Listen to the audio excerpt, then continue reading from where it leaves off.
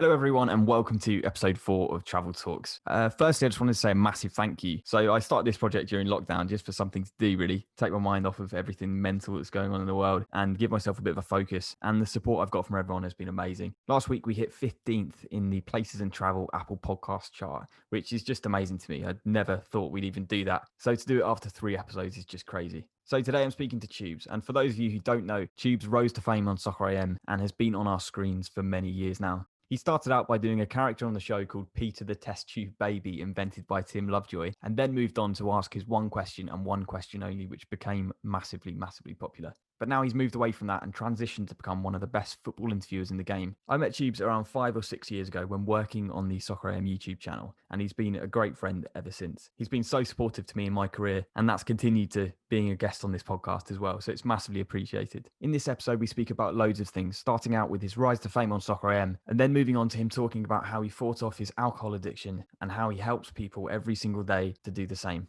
Although still a popular face on Soccer AM, Tubes also has a YouTube channel with his brother called Tubes and Ange Golf Life, which I'm a massive fan of as well. So it was great to talk to him about that, how they started, how they're getting on, and also their plans for the future. And of course, it wouldn't be Travel Talks if we didn't talk about travel. So we spoke about how travel impacts his life, some of the best trips he's ever been on with work, and also in his own personal life too. I really hope you guys enjoy this as much as I did recording it. And if you do, then it'd be amazing if you could subscribe and leave a 5-star review on whatever podcast platform you're listening to this on. Anyway, I'll stop rambling on now. Here's the episode, and I hope you enjoy it.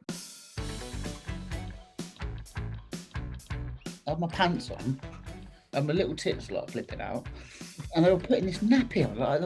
It's not a nappy, it was a bathrobe, but he was so nice. Like when I had my heart problems, out of the blue, he like texted me. I was like, I might even try and have another one, so he texted me again.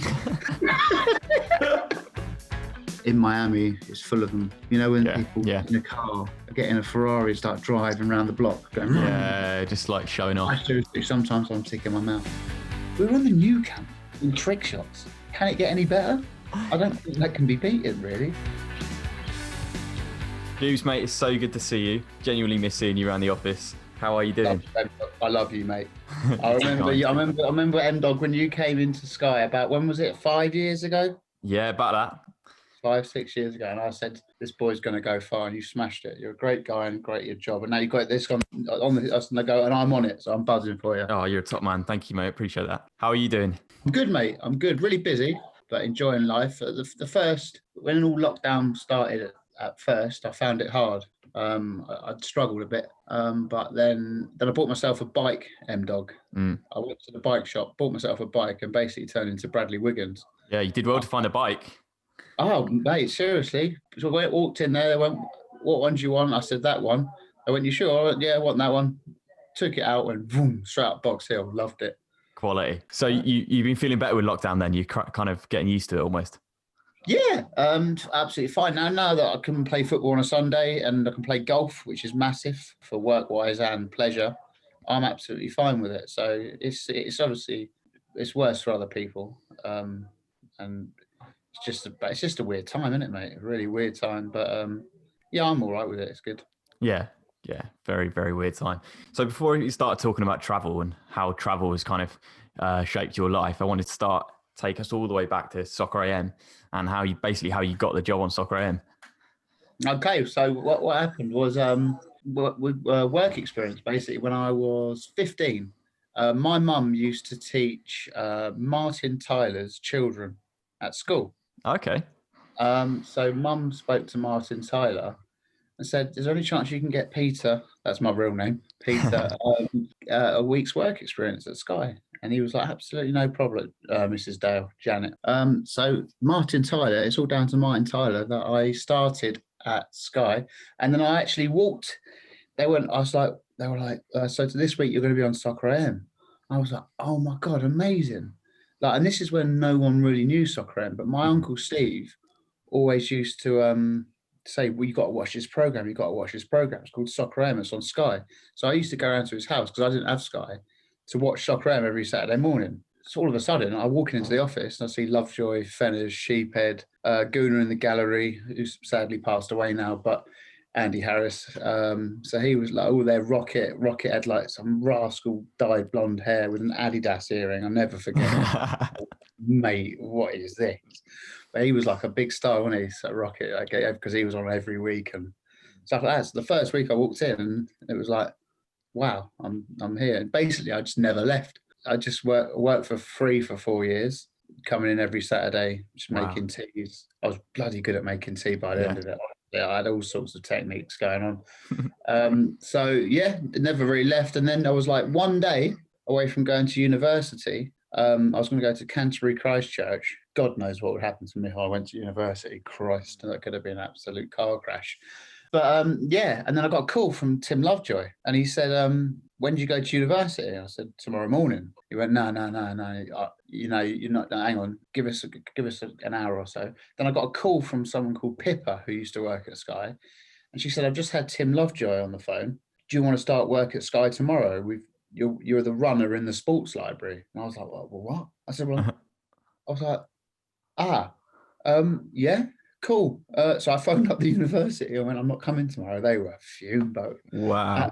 Absolutely fume boat. And then I started the next day, basically, literally the next day, as a runner in the sports library, which was like taking tapes to and from sports news from the library. They basically made up a job for me, which was it was massive, really. So thanks to Tim Lovejoy, that I'm sat here talking to you about this now. And how did you go from doing that to becoming Tubes on the show? I was still doing so I was working in the sports library full time as a runner, and then I got promoted to like a librarian, like it was a great job, like finding all the footage. Like sort of someone from Soccer Saturday would walk in and go, "Oh, I'm doing a piece on, I don't know, Marlon Harewood." I'd be like, "Oh, cool, I'll find his best goals," like that. So I was doing that full time. But also every Saturday I'd go and do Soccer AM, because Tim said, "Look, do the job in the library. As soon as there's a place on Soccer AM, you'll come over." So I was like, "Wow, he's like put so much trust into me, and like he's been so nice. So I'm not going to say, well, I've got a job now, so I'm not going to go Soccer AM." So I was doing both. So sometimes I'll be doing like a night shift in the library. Tell you what, M-Dog, you'd sit there like that. Yeah. For like all night. You do like, it was 8 till 8 on your own. Oh. It was so bad. Like, and then at 4 o'clock when sports news got in, I need this tape, I need that. Like you try to wake up like that. But then I go straight from the library straight across the Soccer AM. Wow. Do that. So it was like mad days. But Tubes came about is when Rocket, he made a cardinal sin, mate. You never do this in Soccer AM. He went on holiday during the season. Ooh. Oh dear, mate. Oh, seriously. Tim Lovejoy lost it. He was like, "You're what? You're going skiing?" He's like, yeah, because like, Rocky. He's like, "Yeah, but because So Tim was like, "All right." So he was lobster boy at the time. He went, "Well, okay." So I got a call. He's like, he said, Pete, can you come upstairs? I was like, yeah. And he went, "Do you want to be a character tomorrow on the show?" I was like, and I shit myself. Yeah. I'm allowed to swear on here. Yeah. So I absolutely shit myself. I was like, whoa. Like, I've made a few cameo things on TV on Soccer AM, like dressed as something. I was like, "Well, character?" He was like, yeah, Rocket's gone on holiday, so we thought you could bring the balls out for the end game. And I was like, I don't know. I don't know if I want to be on TV. And he went, "Oh yeah, all right. And what do I have to do?" And he went, "Well," "you're going to be Peter the Test Tube Baby." I was like, "What?" I was like, what is Peter the Test Tube Baby? He went, "Well, basically, there was a band in the 70s called Peter and the Test Tube Babies. Your name's Peter. We thought we'd dress you as a baby." I was like, "This sounds wrong." Do you know what I mean? You see all these programs now with these sort of weirdos who actually dress as babies. Yeah. Do you know what I mean? I was You ahead of the kick-started it, mate. I was doing the it trend. back in the day, M-Dog. I was doing it back in the day, mate. I started that trend. So I went, "Right, okay, talk to me." They went, "Yeah, so basically, you're going to be Peter the Test Tube Baby. You're going to wear a nappy." I went, I was like, what? He went, "You basically have a can of beer." Quite ironic, I turned out to be an alcoholic. Can of beer, cigarette, and you're going to come out to the conga music. You bring the balls out for the end game. I was like, "Right, okay, this is for 1 week, yeah?" He went, yeah, because when Rocket, he goes, "Actually, no, maybe not for 1 week, because Rocket's been on holiday. No, you can't just come back in. Mm. I was like, all right, I'll do it for a week. I'll do it for a week. So there I was. It wasn't even a proper nappy. It was a toilet. You know the things you put in the toilet, the rugs. Yeah, yeah, yeah. The little where you put your feet when you're having a poo or wiping your feet, whatever. So I can't remember who was doing it. I think it was a runner at the time. So I had my pants on and my little tits like flipping out, and they were putting this nappy on. It's not a nappy. It was a bathrobe, both towel, like putting it underneath, like wrapping it, and he got white gaffer tape. He was going around me, going like that. I was like, there we go. He was like, there's your beer. And I was like, oh, great, thank you. Fake cigarette, and I went, oh no, it's Peter the Chest Tube Baby, and the music came on. I was like behind the thing like that.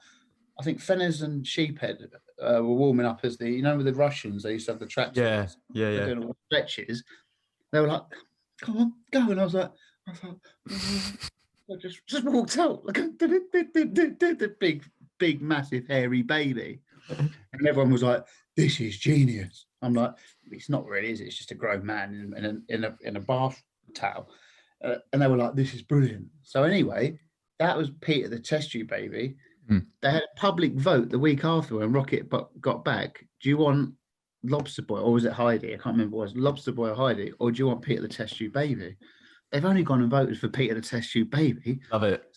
I've done it like every week for like 3 years. Like sometimes in November and December, mate. I was so cold. Yeah. I used to down the beer before I went out.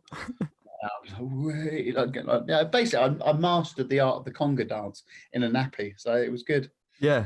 Then after 3 years, Lovejoy went, this is a bit shit now, isn't it? I went, yeah, it is massively shit. I've been dancing around in a nappy. I think I was about 25 at the time. I think and yeah, it's a bit weird, isn't it? Like more of those programs started coming out as well, like the people babies. He went, all right, so he went, well, I still want you I think you're good on camera. I was like, well, how can you judge from someone coming out doing a conga dance with a nappy? He goes, I want you to be on every week. And I was like, oh man. I was like, he's going to ask me to talk. And he went, you've got one question and one question only.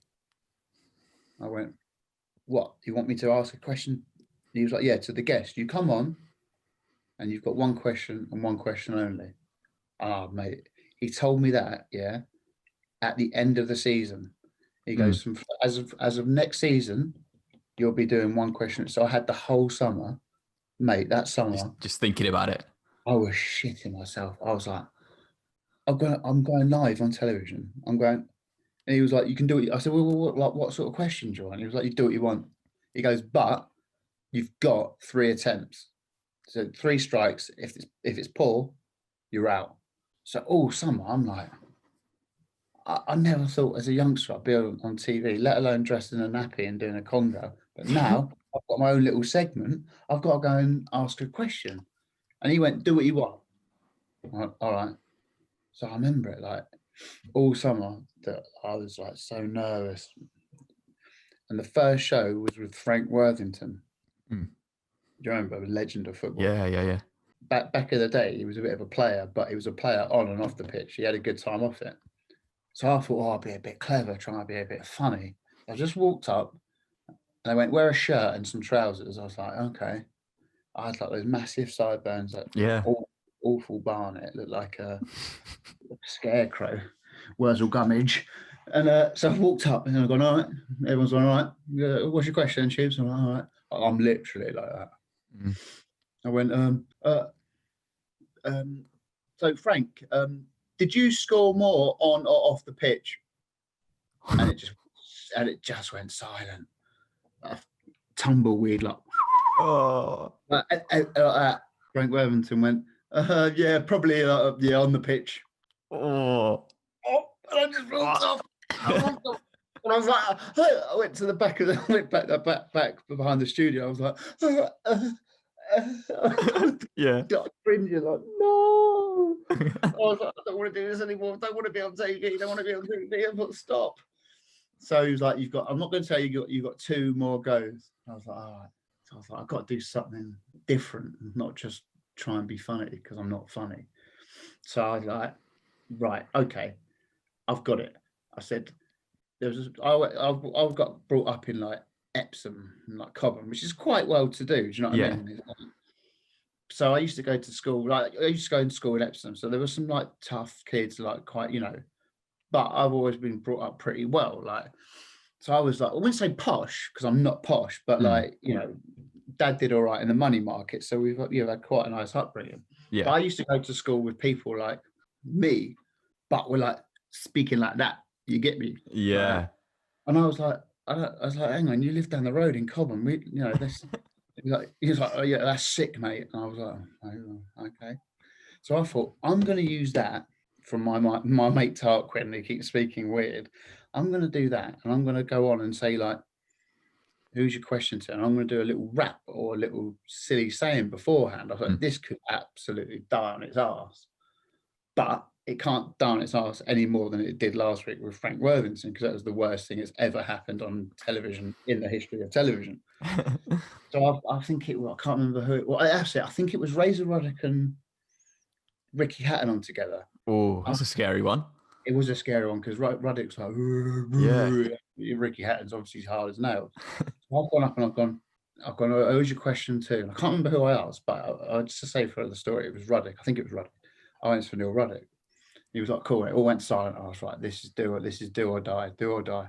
I went, you're coming on sick, like that. And the whole place just erupted. And I was like, oh yeah. I think that. Tim was like, you're in. I was like, I was still Peter the Test Tube Baby, but that everyone was like, oh my God, what is this? This is just absolutely crazy. And then, so that was Peter the Test Tube Baby. And then he went, look, it's too long to keep saying Peter the Test Tube Baby. We're going to call you Tubes for sure. And it's now called Tubes' Question. And then I did that for years. And then I got bored of that and said, I'm not doing it ever again because I'm absolutely embarrassed by it because I'm 30 years old trying to be a rapper. And now I just talk rubbish to footballers. Yeah, I was going to say, because it's fair to say you transitioned away from that kind of silly element of the Tube's character and moved on to become one of the best football interviewers in the game. Was that a conscious decision? Yeah, I didn't want to do. I was like, for me, it wasn't funny anymore. I was a bit embarrassed by doing it, and my boss at the time was like, I said, I don't want to do this anymore, and he went, no, well, you have to. He was like, it's the best bit of the show. I said, it's not the best bit of the show, and I don't want to do it because it's definitely not the best bit of the show. It's actually quite embarrassing. Do you know when you just do things like constantly? Yeah, and it's like, that used to be great, and then if you carry on doing it, it's like, just stop. Yeah, you got to end on a high almost. Exactly, like with footballers, people, I know they want to carry on and stuff like that, but if you keep carrying on, your performance drops, and people just go, "Oh, this is just stop, please stop for the sake of you, just stop." Yeah, and I was like, we fell out about it, and I was like, I'm not doing it. I said, I wasn't trying to be serious. I said, I don't want to be pouring curry on my head or making funny noises or, you know what I mean, coming out topless. I was like, I'm fucking 30 years old. I was like, it's not funny. That's the main reason. So he got the and I was like, let me go and speak to footballers.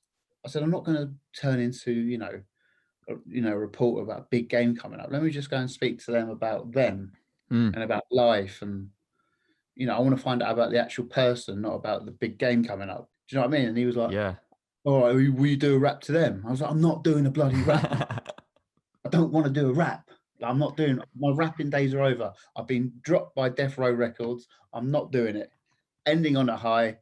I won all the Mobos. I won all the BAFTAs. I won all those. I'm not rapping. Music's done. The first year, looking back at it, I didn't do it right because I was still trying to be that. It was a trial and error, but it was an error because I love football and I know my football. I was asking a great football question and then going, well, everyone wants the funny Tubes bit. So I asked him what his favourite fruit is. Yeah. Do you know what I mean? It was all put into one interview.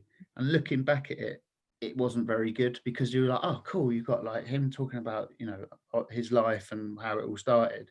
Then I'd go, well, would you like watermelons or melons? Like, and it was like, it was shit. So that slowly got tinned. And then here we are now. Yeah, smashing it, mate. You've always got such a great relationship with whoever you interview. Is there one interview you've done that you kind of feel like you've struck up a perfect relationship, the best interview you've ever done? They've all, do you know what? All the footballers are really nice to me, M-Dog. Yeah. One which really sticks out was Frank Lampard Mm.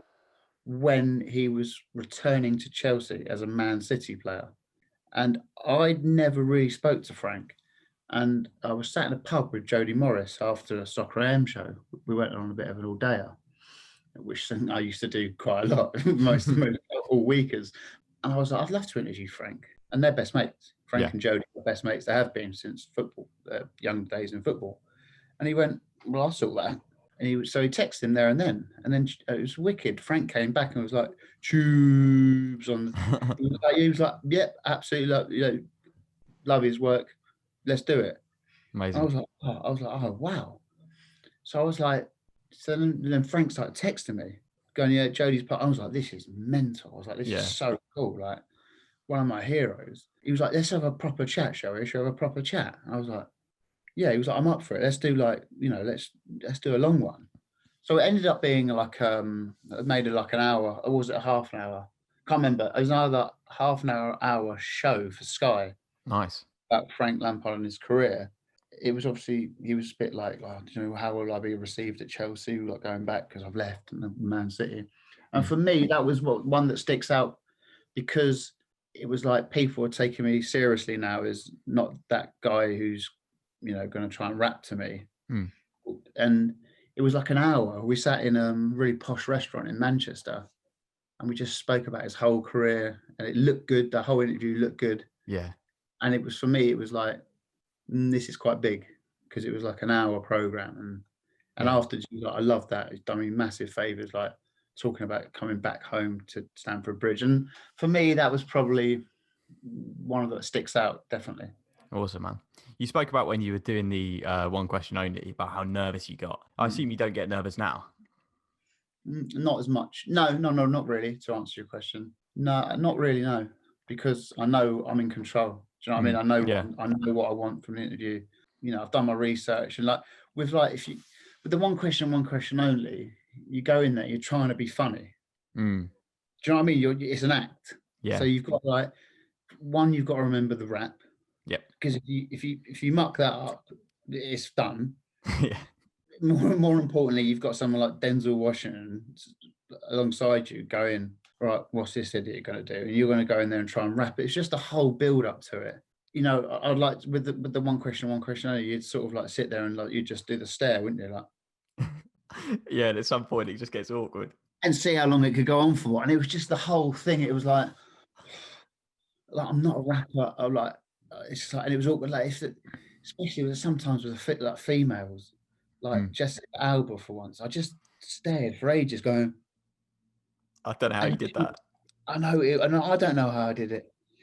And like, she was like, "What the fuck is this, man?" And I'm like, "What? Yeah, it's just supposed to be a bit of fun." Like, and then the people are like, "What are you doing? Why are you staring?" I'm like, "Well, I don't know. It's just a laugh, isn't it? Like, what, you weird?" I'm like, "I don't know." Like, so it was. But now it's just having a chat, like I'm having a chat to you. Yeah. No, I don't get nervous anymore. No, not really. But there's always that, you want to perform and you want to get the best stuff.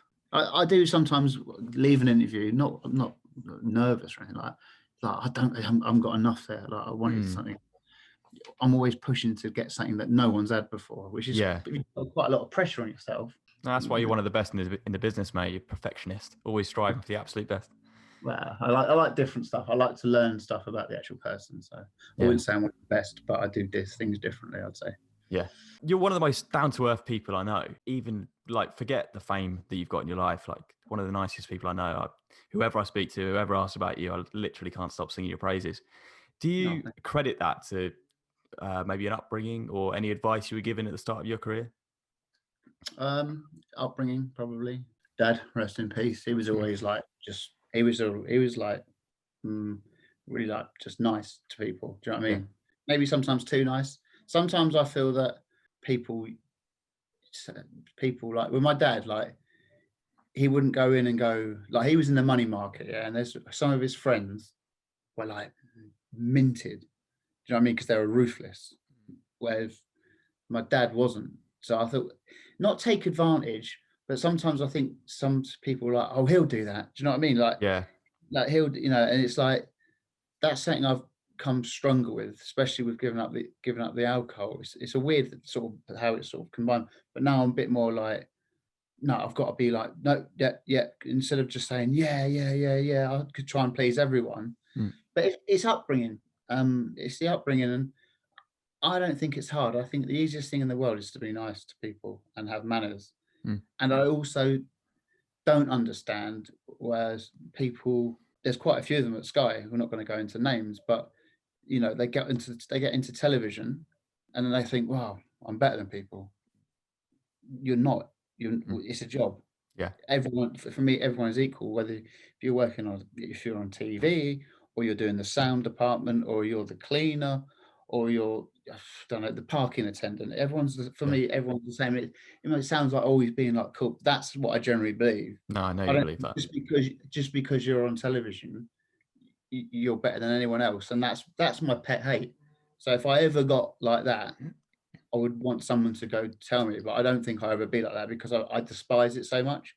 No. But it's not hard to be nice to people. Please, thank you, stuff like Yeah. that. So that for me is a given, and that's what everyone should do. But people don't choose to do it, Endo. Yeah, some people, I suppose that makes the nice people seem nicer, I suppose, if you've got the bad Uh, people as well. you're nice. You're nice. Yeah. You're one of the nicest people I've met. Oh, thank you, mate. And that's no bollocks. And that's why I always do stuff for you, because I just generally think if you're going to act like a twat on the way up, Mm. when you get found out and you're on the way down, no one's going to help you. Yeah. Do you know Yeah. what I mean? It's like, don't be a dick. Just be nice and just be like, I'm lucky to be doing my job. Mm. You know what I mean? It's like there's so many people who want to go and like talk to footballers, but just be nice to people. Like you don't have to be Charlie Big Spuds because you're on TV. It's my Yeah. pet hate, and I hate it. Yeah. You and me both, mate. You've spoken well and openly about your battles with mental health, and it's something we both feel really passionately about. Also about your alcohol addiction.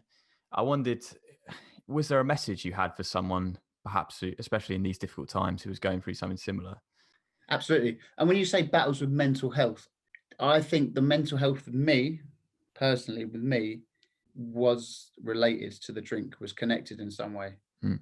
And well, when I did go mental health was bad, was a year after my dad died. But I didn't talk, so I drank vodka instead, which in turn makes your mental health worse because it's a depressant, isn't it? And when you're drinking bottles after bottles of vodka, that is going to fuck you up. Mm. So yes, I struggle with mental health, but more the bigger problem was alcohol. But my message is clear and simple to anyone who's struggling: is speak. Yeah. Speak. Like you have to. Like, I mean, it's amazing since I've come out and said about my drinking and stuff like that.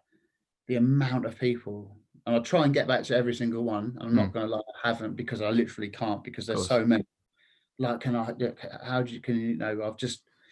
I've told people and I feel better. Like, can you help me with this? Sometimes I like phone them up and speak on the phone for like, oh, I did it the other week to some guy in Newcastle, I think, because I love to help people, but you have to tell people you have a problem, because if you don't tell people you've got a problem, people can't help you. Of course. And I was guilty of it. I knew I had a drink problem for years and years and years and years, because every weekend, if I'd been out, not every morning, if I didn't go out the night before, I wouldn't need a drink. But people think an alcoholic is someone who drinks every day. And it's not the case. An alcoholic is someone who can't control their alcohol.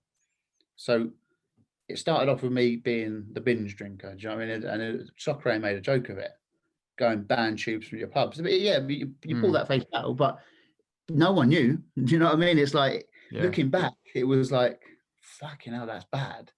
But like, I'd play along with it. I'd be like, this, this is like mad. Like, because it's sort of like that. I knew probably back then that I was like, that's a sign, isn't it? That Soccer would ban tubes from your pub. Yeah.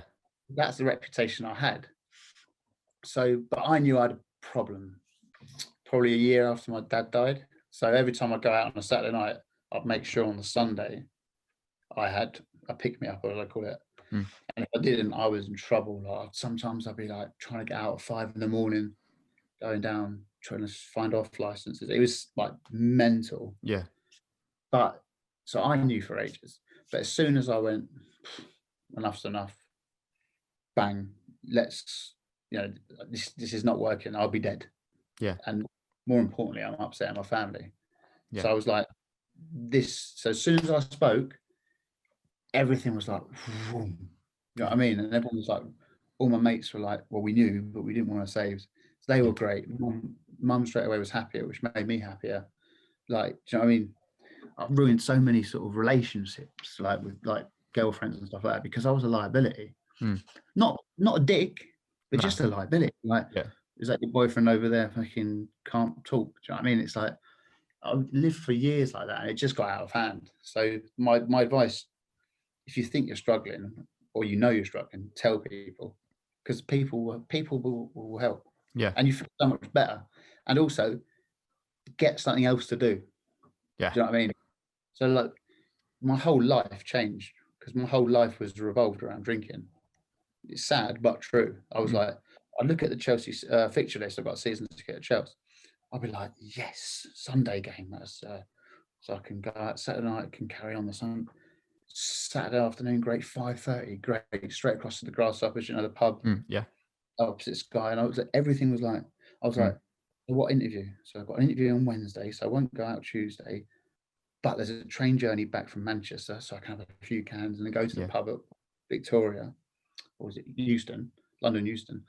It was mental. Yeah. My whole, people wouldn't know that I'd be planning this, but in my head I was like, bang, bang, bang, and it all revolves around drinks. So once you give it up, it's like got a lot of time to fill.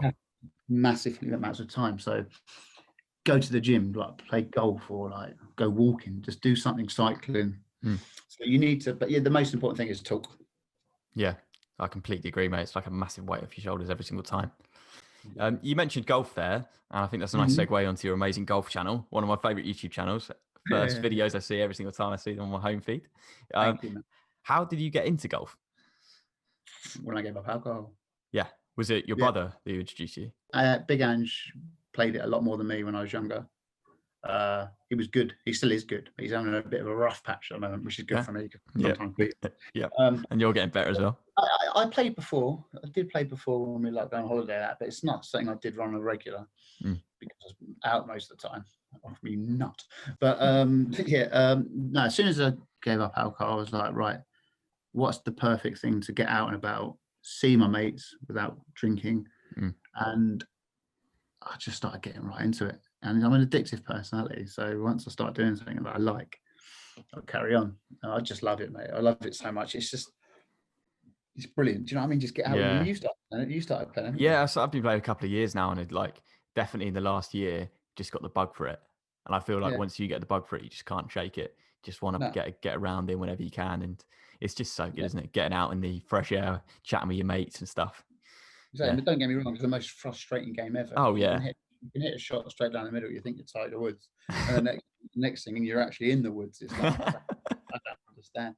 But no, so we thought when I got my head together and was strong in the place of alcohol, blah blah blah, sort of rebuilding my life sort of thing. Me and Ange was like, we should you know so many footballers who love golf. We should do something. And I was like, yeah. So we started Tubes and Ange Golf Life about 18 months ago now. Yeah. We sort of at the start it was obviously golf, and then we were doing some football stuff. And the golf stuff was like everyone was like, oh, this is different. This is like it's a podcast on a golf course, and so it's gone well so far, and it's something that I absolutely love doing. So mate, long may it continue. I'm going to ask you a question you ask a lot of footballers at the start of your 4-hole challenges. Who is the best for the day, palms or present? No, I was going to do that, but you and Andrew already answered that, so we've already got the answer. Who is the best footballer at golf you've ever played with? Jimmy Bullard. Yeah. He's unreal. He's a joke, and he's a joke because he can tell you what he's going to do with a golf ball before he strikes it. Yeah. Like, we were playing, not on camera, but we played, I think it was in the summer. He was like, right, Tubesy. The hole was a dog leg right. Yeah. He got, right, Tubesy, what I'm going to do is I'm going to swaz run and bend it round, And you know, if you hit a shot like of a hook, it's because you hit it wrong. Yeah. But is this ball flight, yeah, just went in the air and then just all of a sudden turned, and I'm like, he was like, yeah, it's all right, wasn't it? It's all right, that, That's wasn't it? crazy. And I'm like, oh my god! And there's a clip that you can use if you want on here. It's when he gets out the bunker. Oh yeah. He just chucks the club at it, and the ball. Yeah. I mean, by all means, show it here if you want. But Thanks, mate. it's like, I mean, what's he doing? Yeah. How? He didn't even. He just chucked the club at it. It's like but the guy's a genius. Yeah. You know, fishing. He goes fishing every week and catches a shark. Comes home with a big shark. He doesn't come out with it, but it's back in the lake. But you know, 180s at darts. Yeah. He 147, no doubt, playing snooker. Yeah. I mean, he's just naturally talented, but his golf game's a joke. Do you reckon he could go pro?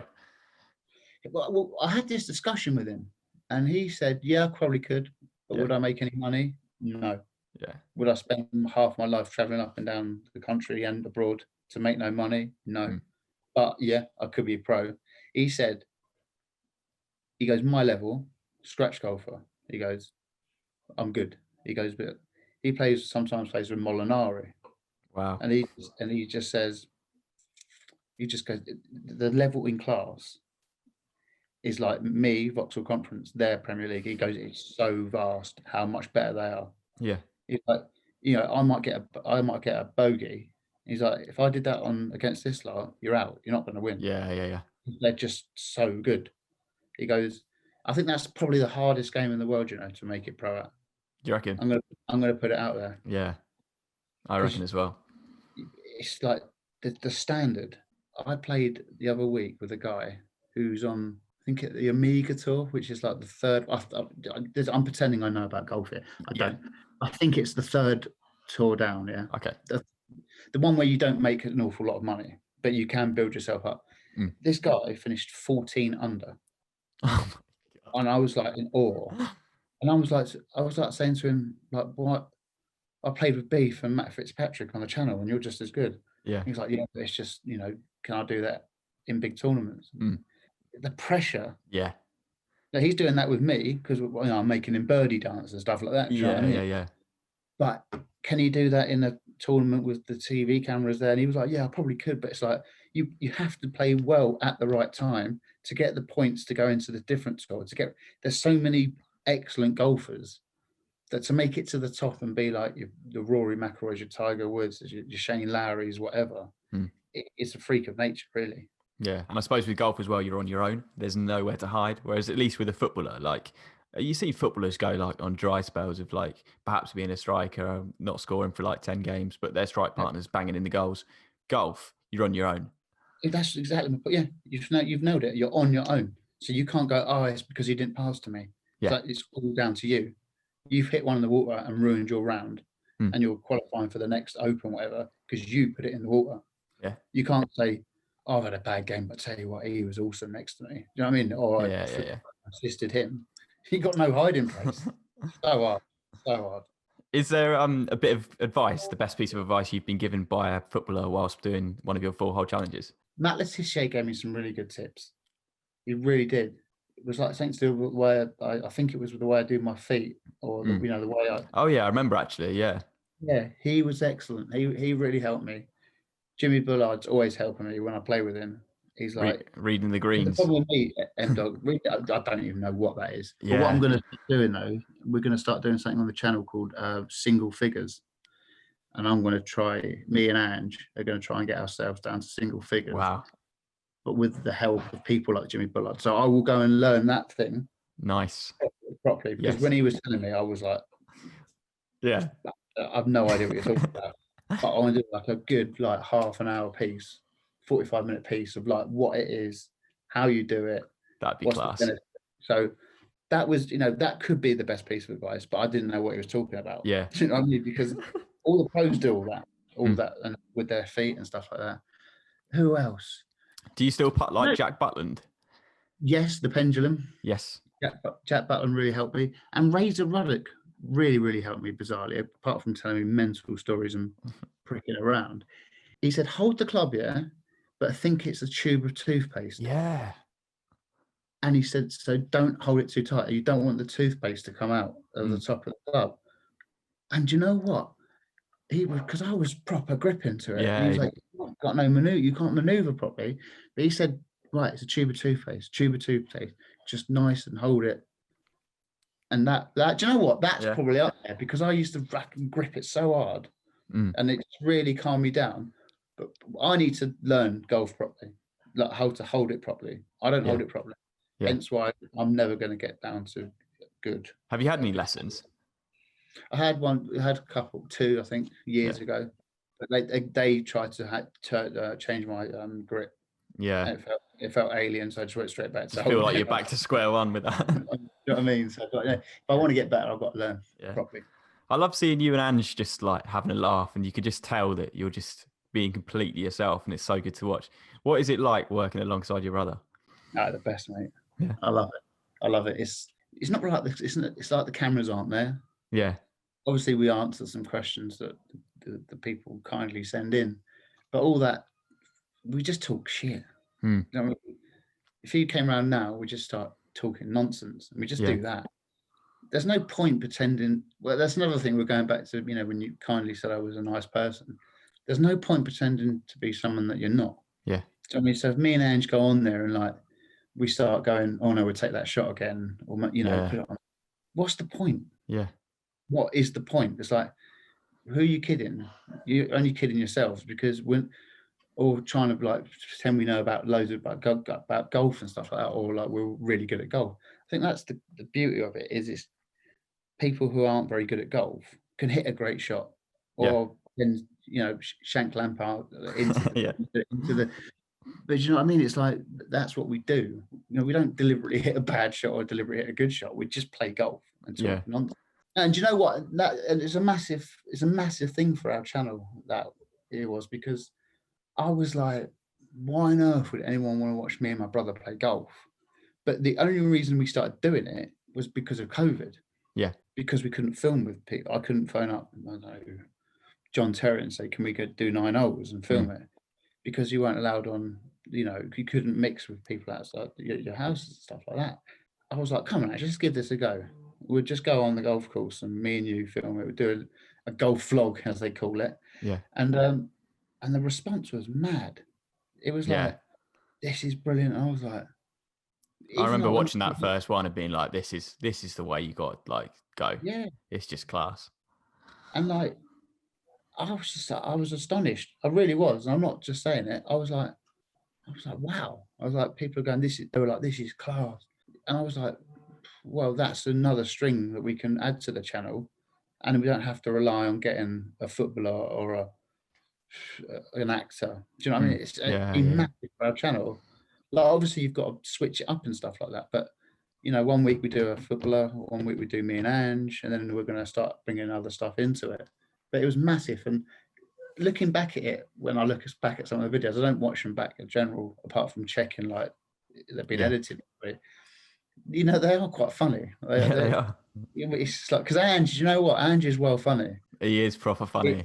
It makes me laugh, especially when you spend like ages on the golf course with him. It's like, he is funny. He is funny. Now the fact that everyone calls him Anne and call me Pat, it's just madness. But do you know what? I love it. Love it so much. Quality. So you've had some amazing guests on. You've had JT, Jamie Redknapp, Declan Rice, Matt Fitzpatrick, Beef. Is there one guest which you'd love to have on in the future? There's loads of people I'd love on in the future. But that's a great question. That I'll probably go. Well, out of all the golfers, I'd like to go with Rory. Yeah. Everyone goes, well, that's Tiger. I just think Rory would get it. Yeah, you'd get more out of Rory. I reckon. Just think Rory would be up for a laugh. And we are going to be filming, hopefully soon, with Shane Lowry. Oh. Which I think will be absolutely amazing. Like Robbie Keane wants to do something with the three of us, hopefully the four of us, Ange's around, where it's like Shane Lowry, Robbie Keane in Ireland when all COVID goes away. Yeah. It will be like, that'd be amazing.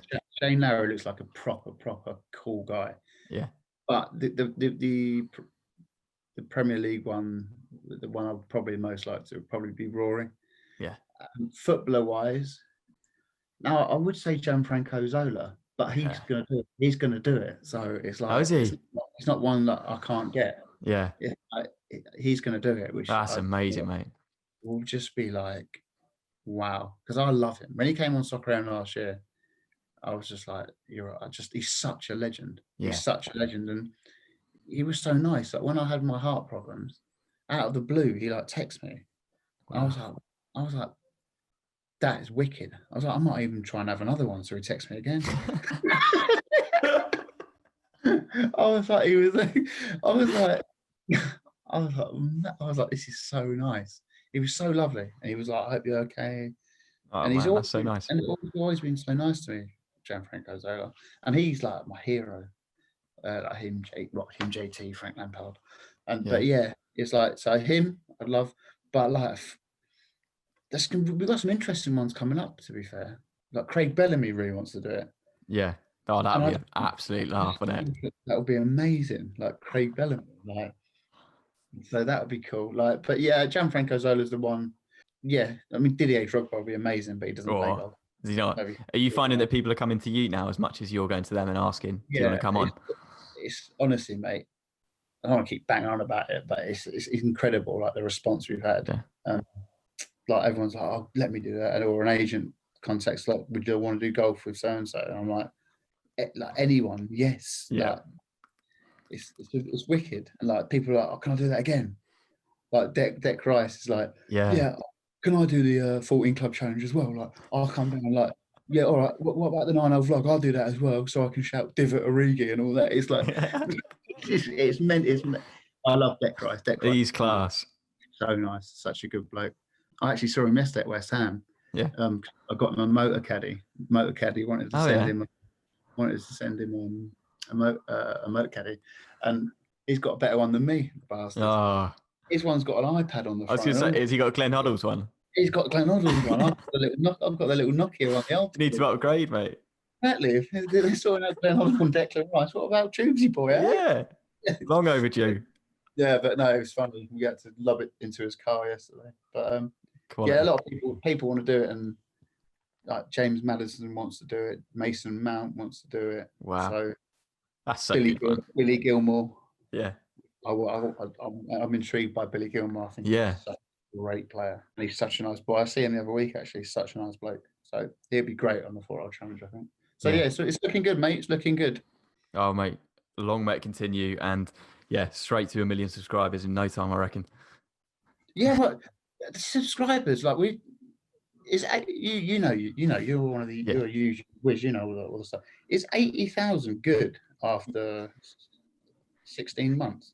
It's amazing, but more to the point, Is it? it's more about engagement, I would say. So what your channel sets out from the rest in the fact that people love to comment, people love to like, people love to share them, and the views like are massively outperforming 80,000 subscribers. So as much as I said there, 1 million subscribers, don't get disheartened by the subscriber number, because ultimately it's more about the views. Yeah, I'm not. It doesn't dishearten me. I just don't understand, like, because I don't know much about the actual analytics of YouTube. Like, what should we be doing? This is turning into a lesson. I love podcasts. Yeah. Like, what should we be doing differently to get more subscribers, apart from keep saying, which I don't like saying, please like and subscribe? Is that what you got to do? Yeah, it does. It really does help. And like on a really basic level, like even if I'm watching a YouTube video and someone says, oh, like this video took me like a day to organize and a couple of days to edit, so it would really mean a lot if you did like and subscribe it. I myself more like, oh yeah, of course, yeah, I'll just go press like. It doesn't cost me anything to go press like. Okay. There's this YouTuber who makes this whole thing about smashing the like button, and it's almost become a meme in his videos. But his videos get so many likes, and as a result, just are always pushed on the sidebar of the YouTube suggestion. They'll be in the home bar and all these places which YouTube just know that, okay, people like this video, so I'm going to push it. And as a result, you get more views and more engagement. It's weird, isn't it? Because like our views, we're like getting 100,000, 200,000, 80,000, 90,000. It's like, I see other YouTubers with like 200,000 subscribers, but like, well, I say only, but 8,000 people watching their videos. And I'm like, I don't understand how that works. Like, why? I don't get it. It's because you've just got a really engaged subscriber base, and there'll be a lot of people and a lot of channels which blew up maybe a couple of years ago doing certain style of content. And then 2 years on, maybe their subscribers have grown up a bit and they're doing all this, like, I don't know, let's use FIFA, for example. Let's say I subscribe to a FIFA channel when I'm 16 and I'm now 20 and I'm like, I don't really play FIFA anymore, but you've still got those subscribers on your channel. I'm not going to necessarily watch and engage with that content as much. So that's what I thought it might be. I thought it might be because the people watching our channel are older and don't want to subscribe to you. You can't grow out of golf as well. Do you know what I mean? You've got this group of subscribers. Kids subscribe, don't they? Like, not kids, but like, people in their teams. I'm subscribing. So if you've got a 45-year-old geezer going, "Oh, I love Glenn Hoddle, it's amazing," he's not going to go. He probably won't even know how to subscribe. Yeah. I reckon you'll get a lot of views from people who, like you say, aren't subscribed. Maybe don't know how to subscribe, aren't bothered about subscribing, but when they go onto YouTube, they open that app, your videos just get put straight there because they're the ones people watch. That's amazing. Sorry to go off. Mate, I love talking about YouTube. Yeah. Should we talk about travel? Yeah. So you obviously travel a lot with your job. You travel up and down the country, meeting footballers, travel around the world as well. How important is travel to you? I mean, I wouldn't be able to do my job if I didn't have travel. Yeah. So yeah, do you know what? I love the traveling aspect of it. Like the other week, I went to Leeds and back in a day, and I don't mind it. I drove. Yeah. I like it. I like traveling. I love seeing new places. I really do. And I'd like to. I mean, with Leeds, it was literally walked into Luke Ayling, walked out to Luke Ayling, drove back to Skye. But I just love it when we're doing the golf stuff. I like going there and like walking around. I love seeing new places. Yeah. So travel. I like to do a lot more. I've got to be honest. I've never been the one who's done the traveling thing. Yeah. I went straight into work. Yeah. So I never did the Australia or the New Zealand or anything like that. But I would like to have done it. And I think hopefully in the future I will get a chance. Yeah, I was going to say, obviously you can still do it. Is that something that's on your bucket list? Absolutely. But what's more on the bucket list is doing those places, but going to golf courses in those places. Yeah. Go and play golf in Australia, go and play golf in New Zealand, go and play golf in, Thailand, whatever. Just go. That's my smash YouTube, do the stock round, win the lottery or something, and then just go and play all the best golf courses in the world. Yeah. Be the best, like American tour, and hopefully further down the line with the channel we can do that, and we'll be financially supported by people that will give us that chance. So we've just got to keep working hard to reach that goal. Yeah, I reckon if you pitched that tomorrow, you'd get a couple of brands involved. No, I might just do it. Get you on board as well. You can have a little. Yeah, you can do it for me. Is there a best holiday you've ever been on? Yeah, I'd say America. And we used to go every year with me, Mum, Dad, and Ange, and it was such great family time. So we used to go, and we managed to go one more time before my dad sadly passed away. So it was like Florida. It was brilliant. We did all the parks. Yeah. Every year we go back to the parks. So I really like America as a place. Yeah. People go, "Oh, they're too friendly." I'm like, how can you be too friendly? Do you know what I mean? I know what you mean. I quite like all that, have a nice day and all that. I think it's nice. Yeah. It's nice. I mean, don't get me wrong. I went to Miami and I didn't like Miami because I just thought another pet hate for me is like when I was saying before about I'm on TV or I'm better than people, blah, blah, blah, is people with money who show it off. And I found out in Miami, it's full of them. You know, when people in a car get in a Ferrari, start driving around the block, going, just like showing off. Sometimes I'm sick in my mouth. I'm like, oh God, is this really happening? Like, I'm like, oh my God, what are you doing? Like, you're a grown man and you're showing off that you've got a lot of money. I hate that. So I didn't like Miami, but Florida, where we used to go to, was just it was wicked, so good. So probably America, I'd say. Yeah, nice. Have you done other parts of America, or is it just Florida? Really? Yeah, I went to Portland. I did something for Skye. With Ridgewell. Yeah. So Portland was wicked. It was like the American Shoreditch. Okay. Like a bit wacky. Yeah. Yeah, but I liked it. New York. Of course, you did the whole trip across. How stupid of me! You did the whole trip across the USA. Of course, you've been to amazing places. New York. Yeah. New York was amazing. I've been to Miami as well, and I thought the exact same thing. We were there for like 3 days, and then we went down to Orlando. And for me, Orlando, we could have just done like the whole trip down there. It was just so much better. Yeah. It's just a bit, Yeah. bit pretentious, but showy in Miami. Exactly that. It's like you got one side of the place, you've got people going around in cars, going, "Rah, rah, rah, rah," and then you walk onto the beach, and people going like that, and everyone's watching them do it. I'm Yeah. like, It's a yeah, different world. you've done well to get muscles, but do you really need to do it out? I just don't get it. Yeah. Like when you go to a gym now, people in the mirror are like, what are you doing? Just lift some weights and people can see you're strong. Good work. Yeah. I mean, going back to my thing about, oh, I'm so good. Ooh, I do something on sports news or I present a little show. Like, Yeah. it's like, oh, look, I've got muscles, so I'm going to put it on Instagram. I don't get it. Yeah, I know what you mean. But then you could say the same thing about me when I go and do an interview. I say, "Oh, what a top bloke, so and so." It's a weird one. But it's not about you though, is it? In that situation, Nothing about me. It's about you're the highlighting. person. Yeah, I'm still highlighting that. You know, you could say, "Well, you do that with," you say, "Oh, yesterday you met Aaron Cresswell," but you know, I just do it to promote what's going on. You know, there's arguments to and fro. I don't understand people who show off. I don't think you could ever argue that you're showing off in that way, so don't worry. You obviously went to America, like we said, through work, and we've been to Barcelona together. That was absolutely awesome. Is there a best place you've been through work? Barcelona was up there. How good was that? Class, wasn't it? Remember we were doing the trick shots on the actual pitch? I absolutely love that. I've got to thank you, mate, because I remember that trip so well, and I remember it so fondly as well, because I was just coming off the back of Euro 2016. And I remember you said to my boss, you were like, "Oh, I'm going out to Barcelona. I've been asked to go there for a sponsorship thing. Can Alex come with me?" And I said, "I really want to go." And my boss was like, "Oh, Alex can't go. He's out in France at the moment, but we can send this other person." And you were like, "No, I only want to go if Alex goes." Yeah, exactly. And I remember being so touched by that. And then, we had an amazing time.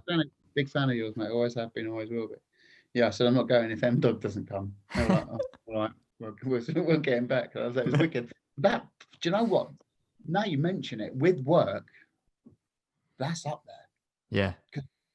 We were in the new camp. Yeah. In trick shots. It was crazy. Can it get any better? Yeah. I don't think that can be beaten, really. I remember they said you got like 15 minutes. So you got 15 minutes on the new camp pitch. And obviously, like with what we do, we'd always push it. We'd always be like, all right, mate. That's our power. Yeah. And that trick shot you pulled off at the end. Oh, my God. Everyone still thinks that's fake. Yeah. Everyone's like, "Yeah, you didn't do that." I'm like, all right, fucking hell. Have you seen the sunburn I've got on that video? I was out ages doing it. I'm not going to claim I did it first time, but I did it.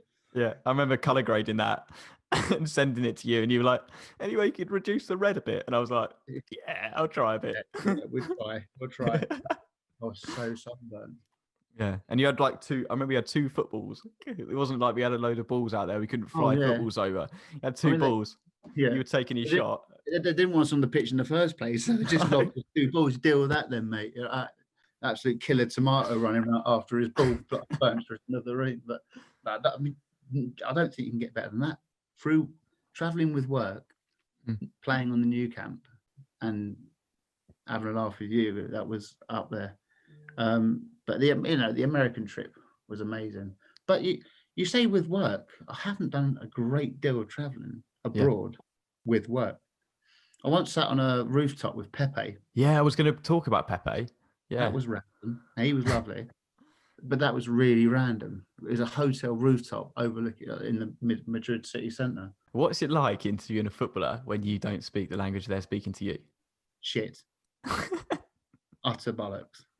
Mate, it was a joke. I was like, because I looked like a bit of an egg, because I was trying to be like all like smiling and happy. I didn't know what he was saying. I was just trying to gauge by his facial expressions that he was trying to say something funny. Yeah. I was like, and everyone watching it knows that you can't speak the language. And then it comes up, the subtitles going, yeah, and then I got sent off. And there's me going,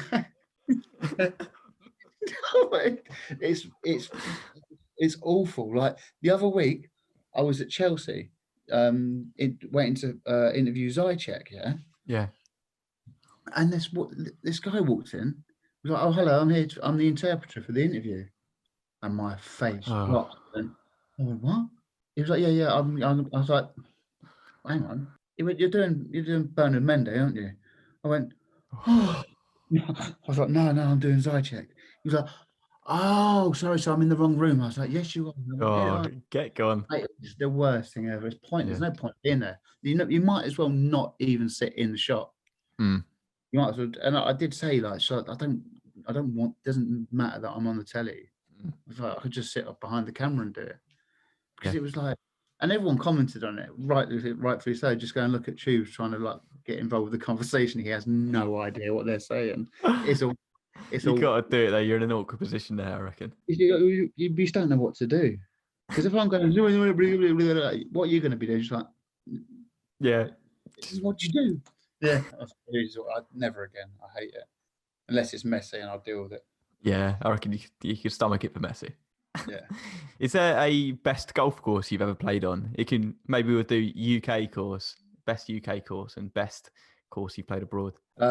Best place I've played abroad is probably one I go to every year. Plus my friends run it. But Nice. it's Melanora's Golf Club in Gran Canaria. It's Okay. unbelievable.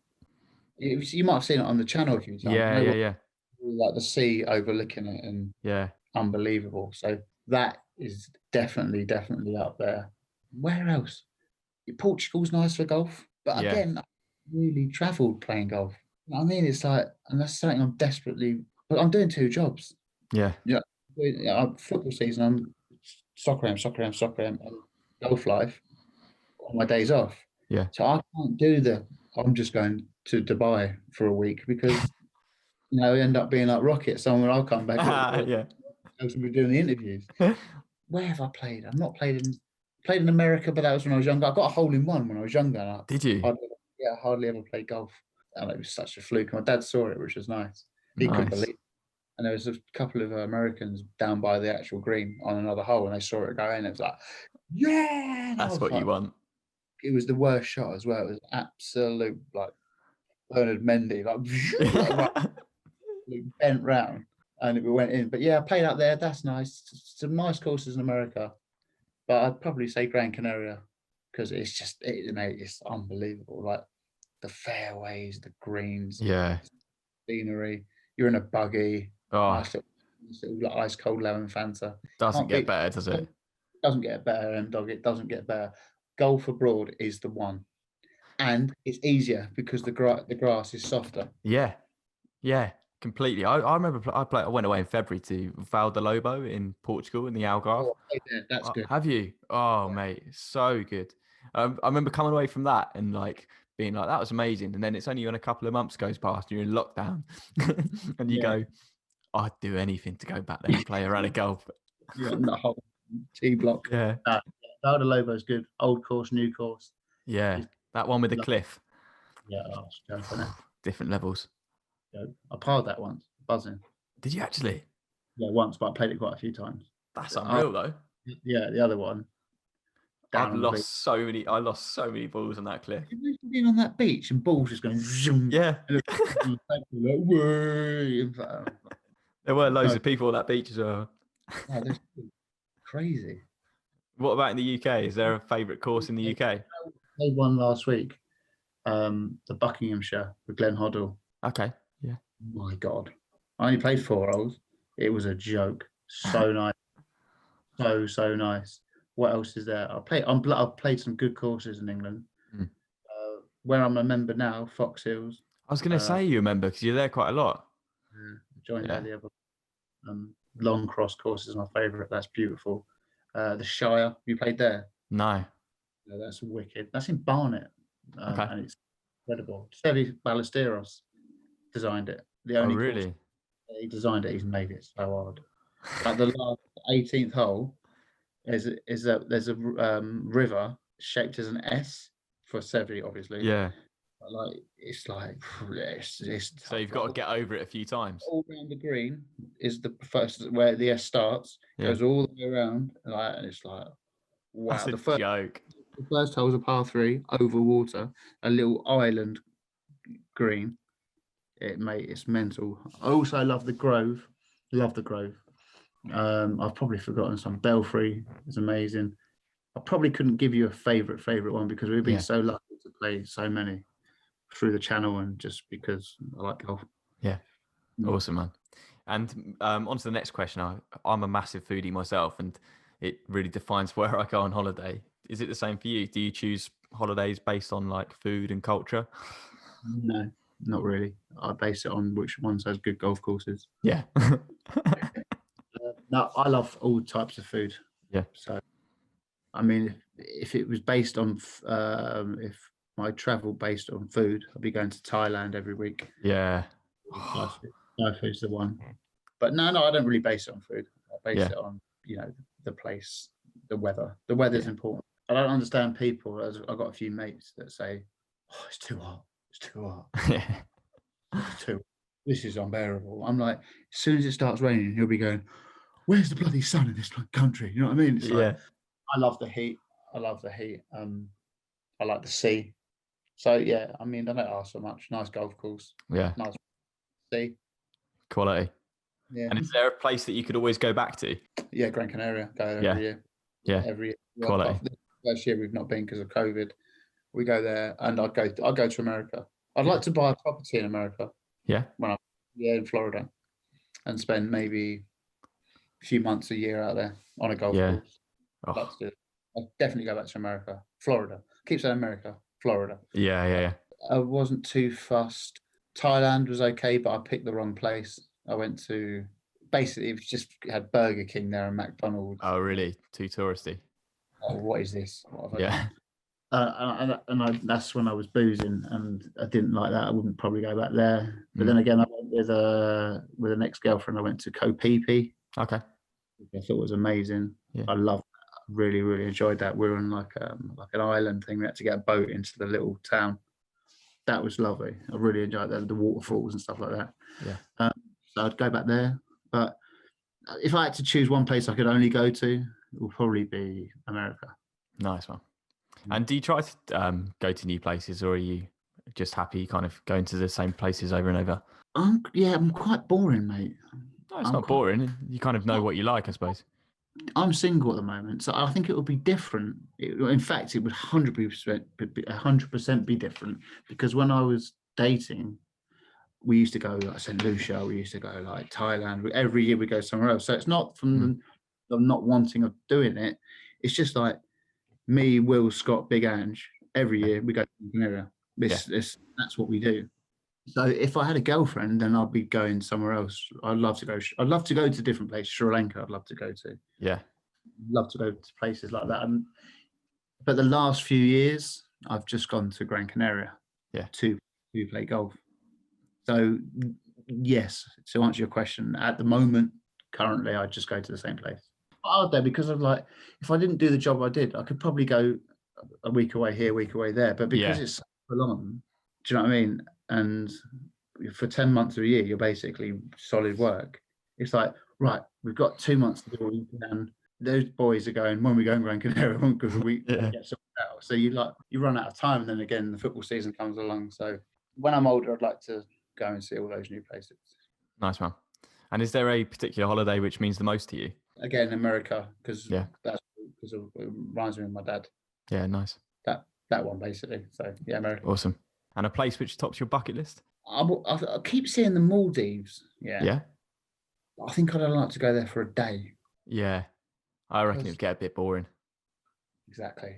Like I'd like to go there for a day, fly in, go on one of those water chutes that go into the sea. Have you seen them from the hotel? Yeah. To do that. But then I'd be like, I've done the water chute. Now I'm a bit bored. What should I do? Yeah. Like, again, I'm pretty boring on your answers.